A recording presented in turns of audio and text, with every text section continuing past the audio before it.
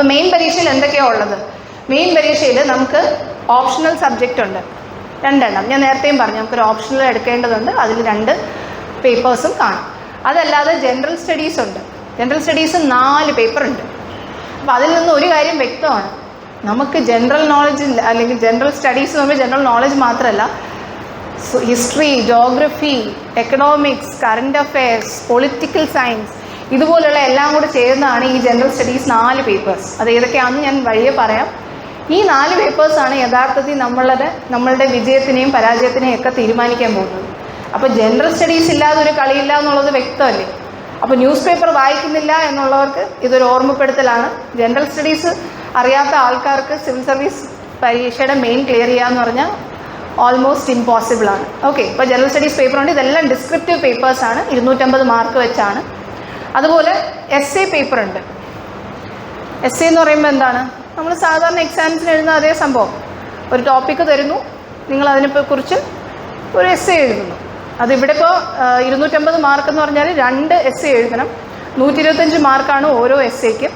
അതിൽ ഓരോ എസ് എയുടെയും ഒരു സെക്ഷൻസ് കാണും. അതിൻ്റെ അകത്ത് നിന്ന് ഒരു ടോപ്പിക് സെലക്ട് ചെയ്യുക, എഴുതുക. രണ്ടാമത്തെ സെക്ഷനിൽ നിന്ന് വീണ്ടും ഒരു ടോപ്പിക് സെലക്ട് ചെയ്യുക, എഴുതുക. അതിനെപ്പറ്റി ഞാൻ അങ്ങോട്ടുള്ള സ്ലൈഡുകളിൽ പറയാം.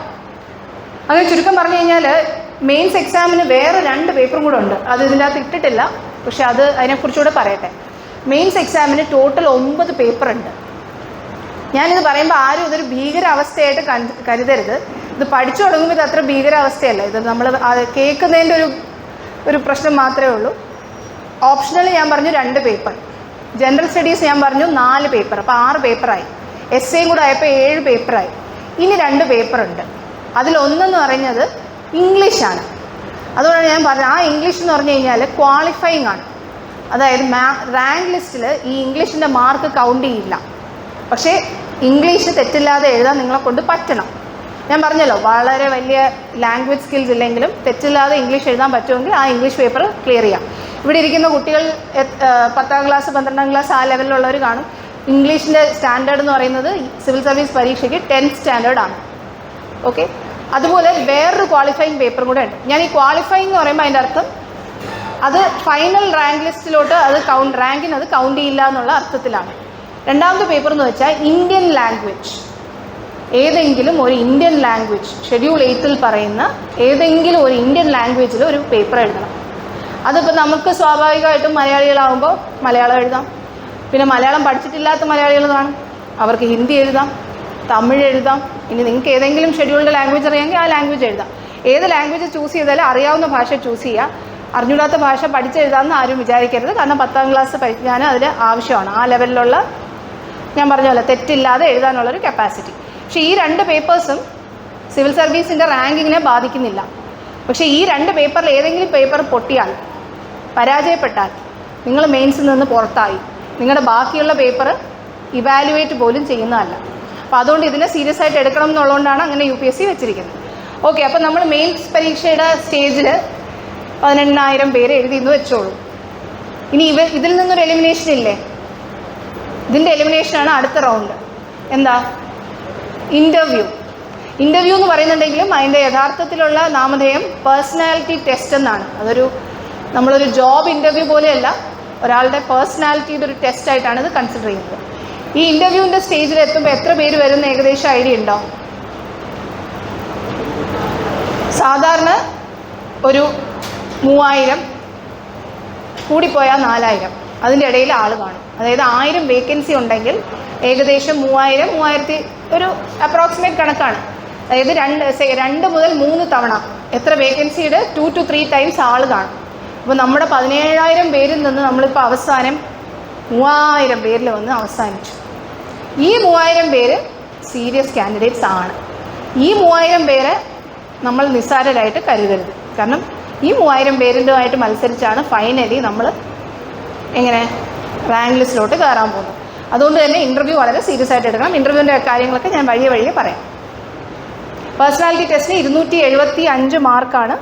ഫൈനൽ റാങ്ക് വരുന്നതെന്ന് പറഞ്ഞാൽ മെയിൻ പരീക്ഷയുടെ മാർക്കും ഇൻ്റർവ്യൂവിൻ്റെ മാർക്കും കൂടെ ചേർത്താണ് ഫൈനൽ മെറിറ്റ് ലിസ്റ്റ് വരുന്നത്. ഇത് ഞാൻ ഓൾറെഡി പറഞ്ഞു കഴിഞ്ഞു. ഈ വർഷം 1056 വേക്കൻസിയാണ് ഉള്ളത്.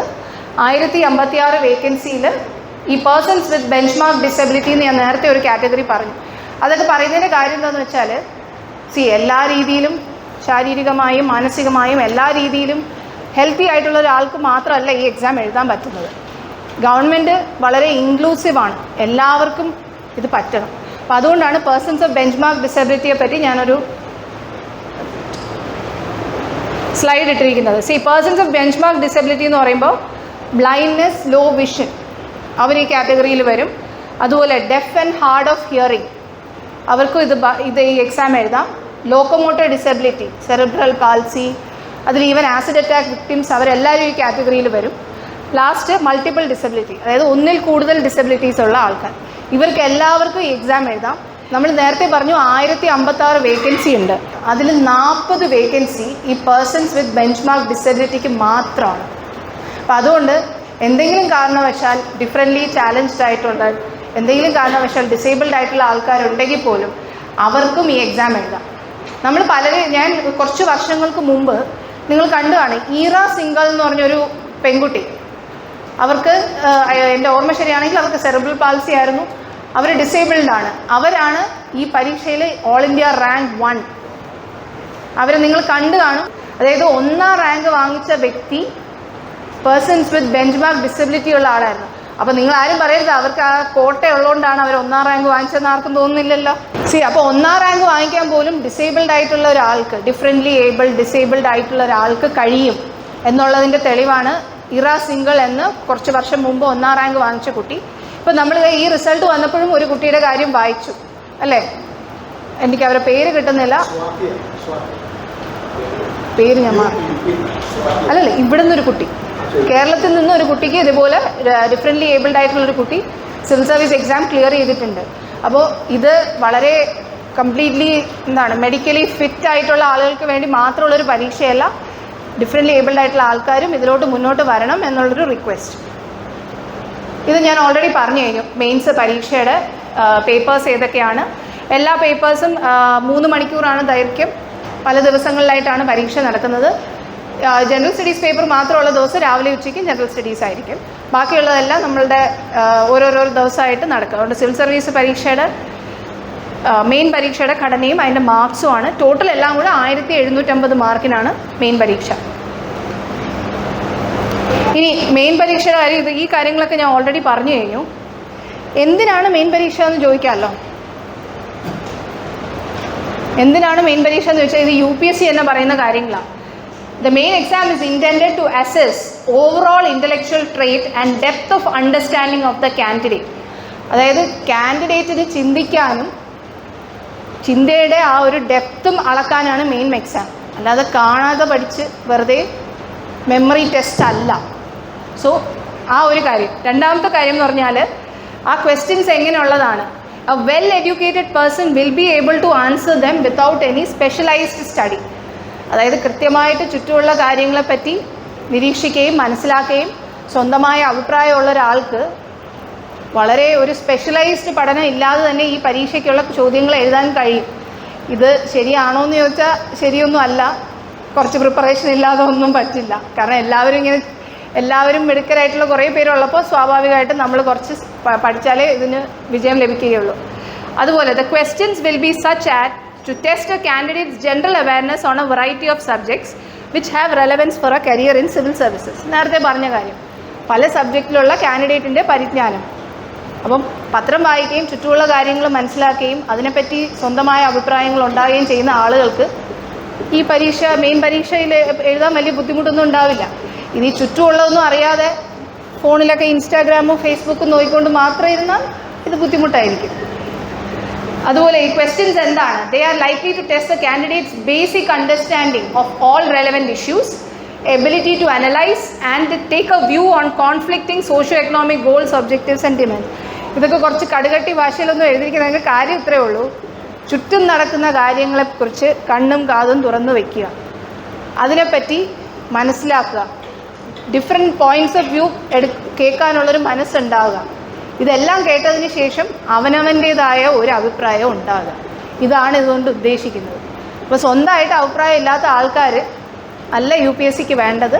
സ്വന്തമായ ഒരു അഭിപ്രായം ഫോമുലേറ്റ് ചെയ്യാൻ. നമ്മളിന്ന് വളരെ സക്സസ്ഫുള്ളായി കൺസിഡർ ചെയ്യുന്ന പല തീരുമാനങ്ങളും പല പോളിസീസും പല പദ്ധതികളും കാര്യങ്ങളുമൊക്കെ ആരുടെയൊക്കെയോ മൈൻഡിൽ ഉരുത്തിരിഞ്ഞതാണ് അല്ലേ? അത് പണ്ടുണ്ടായിരുന്നില്ല. അപ്പോൾ അത് ചിന്തിക്കാനുള്ളൊരു ബുദ്ധിയുള്ള ഒരാളുണ്ടായിരുന്നു, അല്ലെങ്കിൽ കൂട്ടം ആളുകളുണ്ടായിരുന്നു. അപ്പം അങ്ങനെയുള്ള ആളുകളെയാണ് UPSC നോക്കുന്നത്. Marks will not be allotted for mere superficial knowledge. അതായത് യൂണിവേഴ്സിറ്റി എക്സാം എഴുതുന്ന പോലെ എല്ലാം പഠിച്ച് അതുപോലെ അവിടെ പോയി എഴുതിയാലൊന്നും മാർക്ക് കിട്ടില്ല.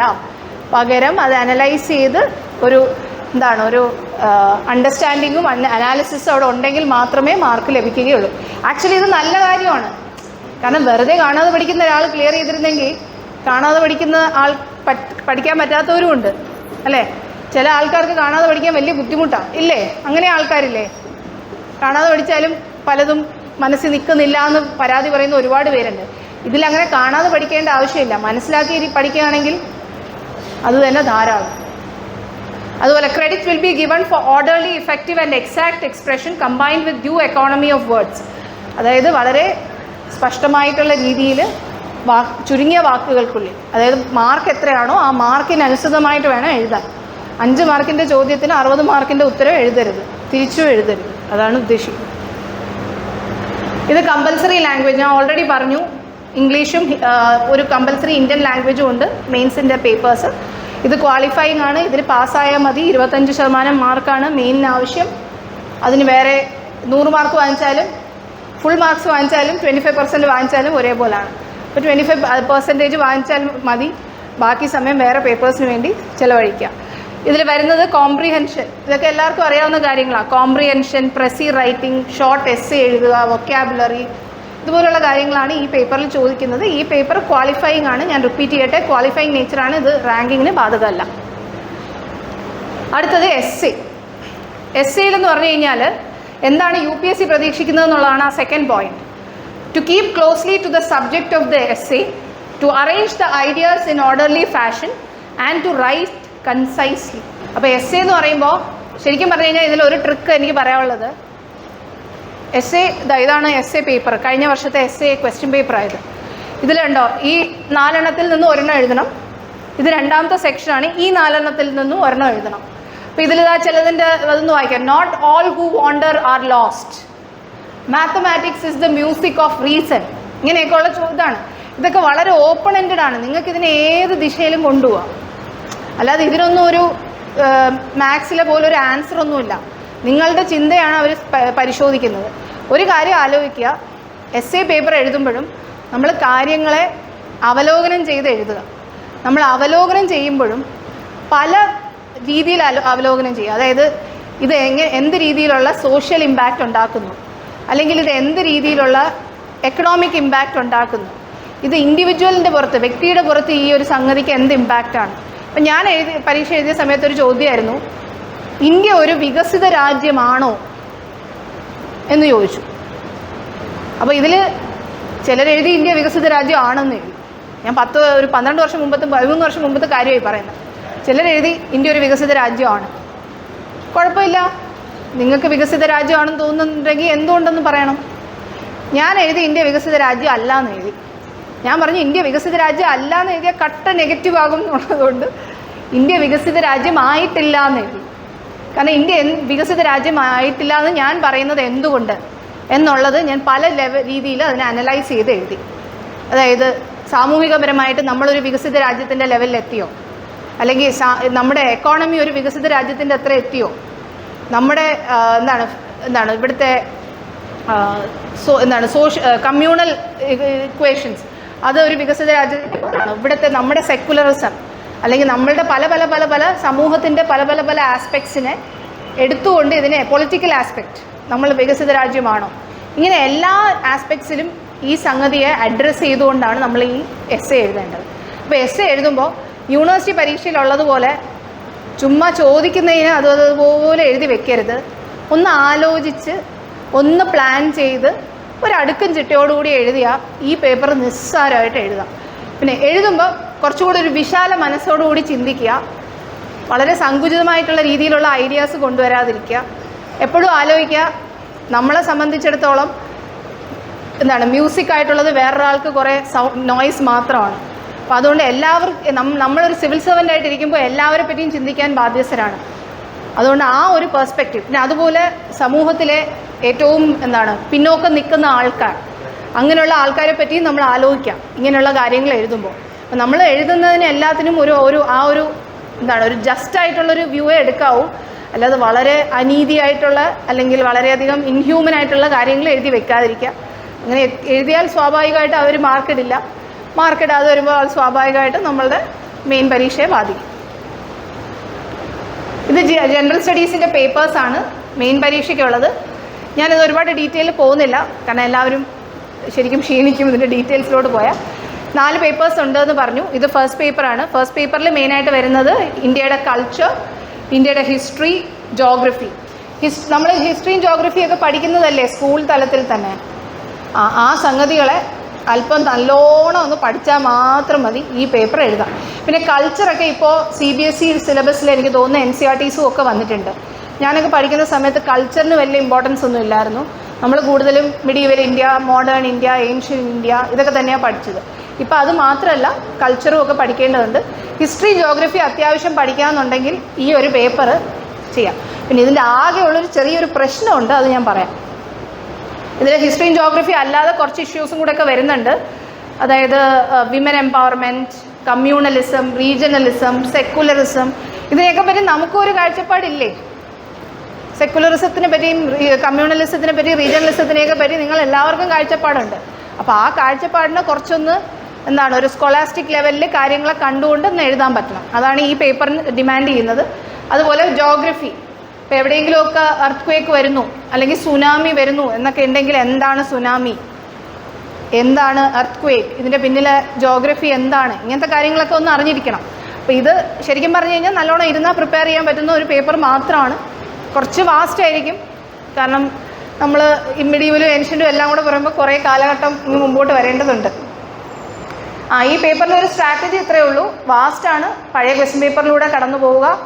അതുപോലെ സ്റ്റാറ്റിക് ആയിട്ടുള്ള ടോപ്പിക്സും കറണ്ട് അഫയേഴ്സും. ഞാൻ നേരത്തെ പറഞ്ഞ അതാണ് സ്റ്റാറ്റിക്. ഇപ്പോൾ ഒരു സുനാമി വന്നു കഴിയുമ്പോൾ സ്റ്റാറ്റിക് പോർഷൻ എന്ന് പറഞ്ഞാൽ എന്താണ് സുനാമി ഉണ്ടാക്കുന്നത്, അല്ലേ? സുനാമി വെറുതെ ഉണ്ടാവില്ലല്ലോ. എന്ത് ജോഗ്രഫിക്കൽ ഫിനോമിനൻ കാരണമാണ് സുനാമി സംഭവിക്കുന്നത്, അത് അറിഞ്ഞിരിക്കണം. അല്ലാതെ ജപ്പാനിലോ തായ്വാനിലോ ഒക്കെ സുനാമി വന്നു എന്നുള്ള കറണ്ട് അഫയേഴ്സ് മാത്രം അറിഞ്ഞാൽ പോരാ. അപ്പം നമ്മൾ ഈ പേപ്പർ പഠിക്കുമ്പോൾ സാധാരണ ചെയ്യുന്നത് നടക്കുന്ന കാര്യങ്ങളെ, കറണ്ടിൽ നടക്കുന്ന കാര്യങ്ങളെ എന്തുകൊണ്ട് അത് നടക്കുന്നു എന്നുള്ളതിൻ്റെ തിയറിയും കൂടെ ഒന്ന് അറിഞ്ഞിരിക്കുക എന്നുള്ളതാണ്. അതാണ് ഈ പേപ്പർ പഠിക്കുന്നത്. ഹിസ്റ്ററിയിൽ നമുക്ക് തിയറി ഇല്ല, സ്വാഭാവികമായിട്ടും ചരിത്രം പഠിക്കുക എന്നുള്ളതേ ഉള്ളൂ. ജോഗ്രഫിയിൽ കുറച്ച് തിയറിയും കൂടെ ഉണ്ട്. നമ്മളിപ്പോൾ ഒരു പുതിയ സ്ഥലത്തിൻ്റെ പേര് കേൾക്കുമ്പോൾ ആ സ്ഥലം എവിടെയാണ്, ഒരു അറ്റ്ലസ് എടുത്താൽ കണ്ടുപിടിക്കാൻ പറ്റില്ലേ? ഇപ്പോൾ അറ്റ്ലസ് ഒന്നും വേണ്ട, ഇപ്പോൾ ഗൂഗിളിൽ പോയി ഒന്ന് ഗൂഗിൾ ചെയ്താൽ മതി, എവിടെയാണ് കൃത്യ സ്ഥലം കിട്ടും. അപ്പോൾ എല്ലാ കാര്യങ്ങളും കേൾക്കുമ്പോൾ, പുതിയ പുതിയ സ്ഥലങ്ങളെ പറ്റി കേൾക്കുമ്പോൾ, പുതിയ പുതിയ സംഭവങ്ങളെക്കുറിച്ച് കേൾക്കുമ്പോൾ ചെയ്യാവുന്നൊരു കാര്യം കുട്ടികൾക്ക് വേണ്ടിയാണ്, അതൊന്ന് ഗൂഗിൾ ചെയ്ത് നോക്കുക. ഇതെവിടെയാണ്, ഇതെന്തുകൊണ്ടാണ്, അങ്ങനെയുള്ള കാര്യങ്ങൾ മനസ്സിലാക്കിയെടുക്കുക. ഹിസ്റ്ററി, ജോഗ്രഫി പോലുള്ള പേപ്പേഴ്സ് പഠിക്കാൻ ആ ഒരു ആറ്റിറ്റ്യൂഡ് ഹെൽപ്പ് ചെയ്യും. ഇതാണ് സെക്കൻഡ് പേപ്പർ. ഇതിൽ മെയിനായിട്ട് വരുന്നതെന്ന് വെച്ചാൽ പൊളിറ്റിക്കൽ സയൻസ് ആണ്. പൊളിറ്റിക്കൽ സയൻസ് എൻ്റെ അണ്ടർസ്റ്റാൻഡിങ്ങിൽ ഞങ്ങളൊക്കെ പഠിക്കുമ്പോൾ സ്കൂൾ ലെവലിൽ പൊളിറ്റിക്കൽ സയൻസ് പഠിപ്പിക്കുന്നുണ്ടായിരുന്നില്ല.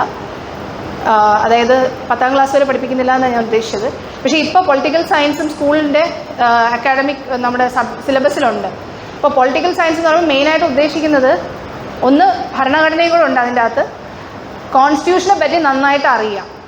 ഓക്കെ, കാരണം ഞാൻ നേരത്തെ പറഞ്ഞു നമ്മൾ എന്താണ് അപ്ഹോൾഡ് ചെയ്യേണ്ടത്, ഭരണഘടന, കോൺസ്റ്റിറ്റ്യൂഷൻ.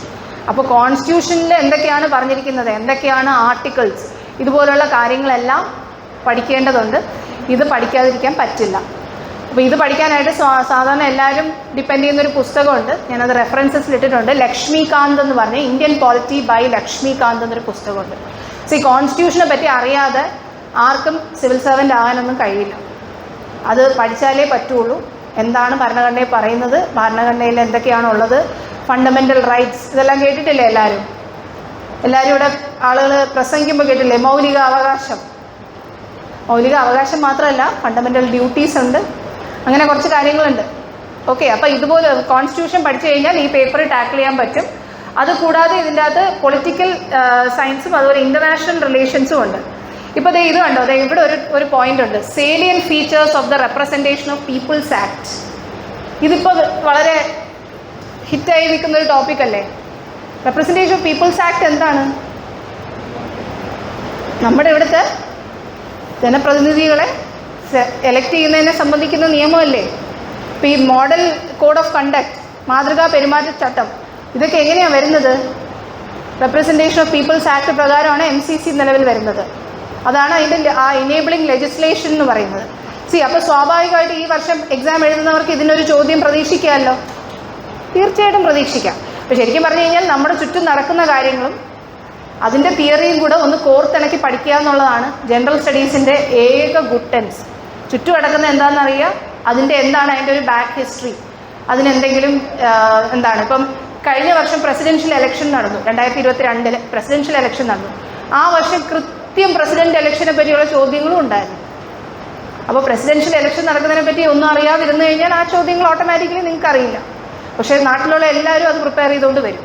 അപ്പോൾ സ്വാഭാവികമായിട്ടും അവർ എഴുതും, നമ്മൾ എഴുതൂല. ഓക്കെ.